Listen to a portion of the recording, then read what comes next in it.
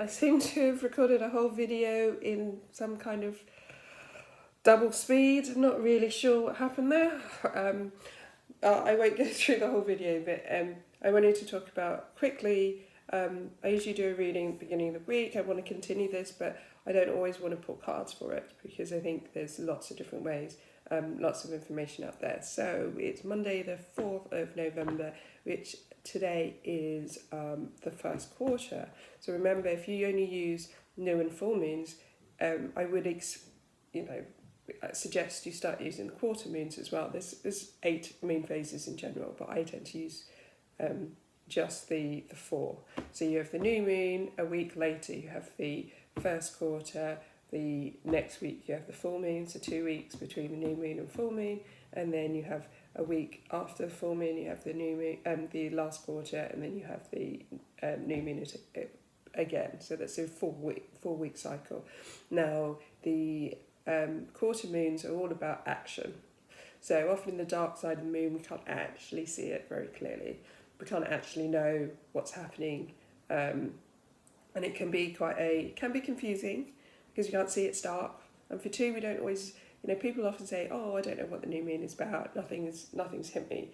This one would have hit most of us in some ways because it's configured in a way that is against Uranus, the Great Awakener. It can awake you in nice ways or not so nice ways. The one thing that hit me this week, and this is it will be the last quarter for you astrologers or enthusiasts, it's 11 Aquarius. One thing that hit me over the weekend was in the GT I pulled last week, which was for the new moon, that had the clouds in the corner, and I kept getting the clouds for other readings when I was doing them, and I thought actually I wanted to dig a little bit deeper in them because when you look at card symbology, often when you look at tarot, for instance, all of the cards that the aces tend to have the cloud. They tend to have the cloud.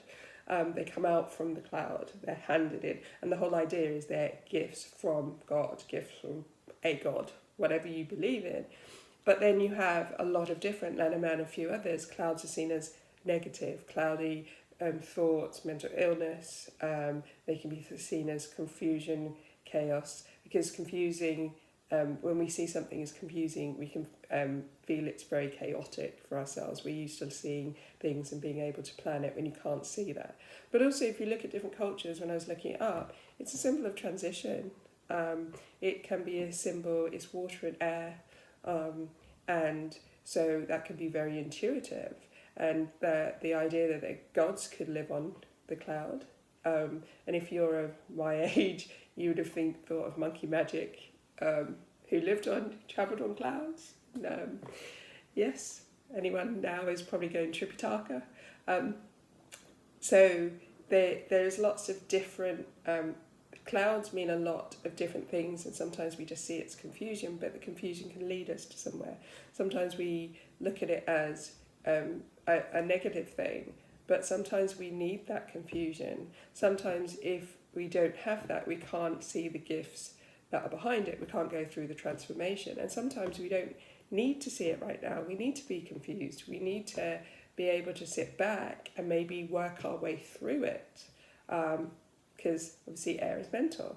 So we might have to think our way through to find clarity, and sometimes we need that confusion, and sometimes we need that chaos, and sometimes transition needs to have that barrier, so we need to be able to not see it until we're through it. It's like going up a mountain. Often you see a mountain with clouds. You might not see what's at the top of that mountain unless you've travelled up through those clouds, because it's slightly hidden by it. Doesn't mean it's not there, doesn't mean it's not great, but actually sometimes we need to take that journey. And I found that very kind of fascinating when I was looking up. I should play with my hair right now. I found it really fascinating looking that up, and expanding my view of it, and looking at the whole idea that God's resided on clouds. Our guardian angels reside on clouds apparently in different cultures.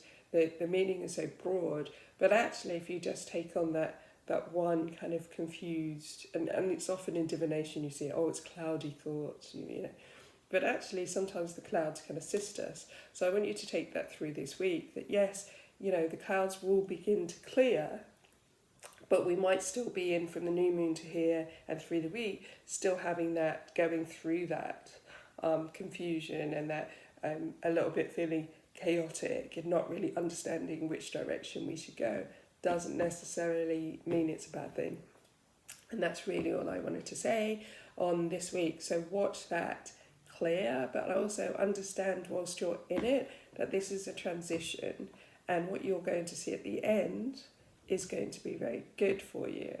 But it doesn't mean that where you are confused that you have to go off and do things right now. You have to go off and we are very much action orientated. We believe everything we should be going out and doing, but sometimes that confusion and that cloud allows us to kind of step back and say, well, actually, no, I can't see to make the right decision, so I'm going to have to wait till that clears.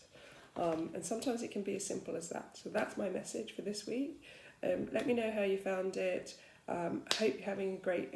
Hope you had a great weekend. Hope you have a great week. And let me know how this resonates with you and what you're going through.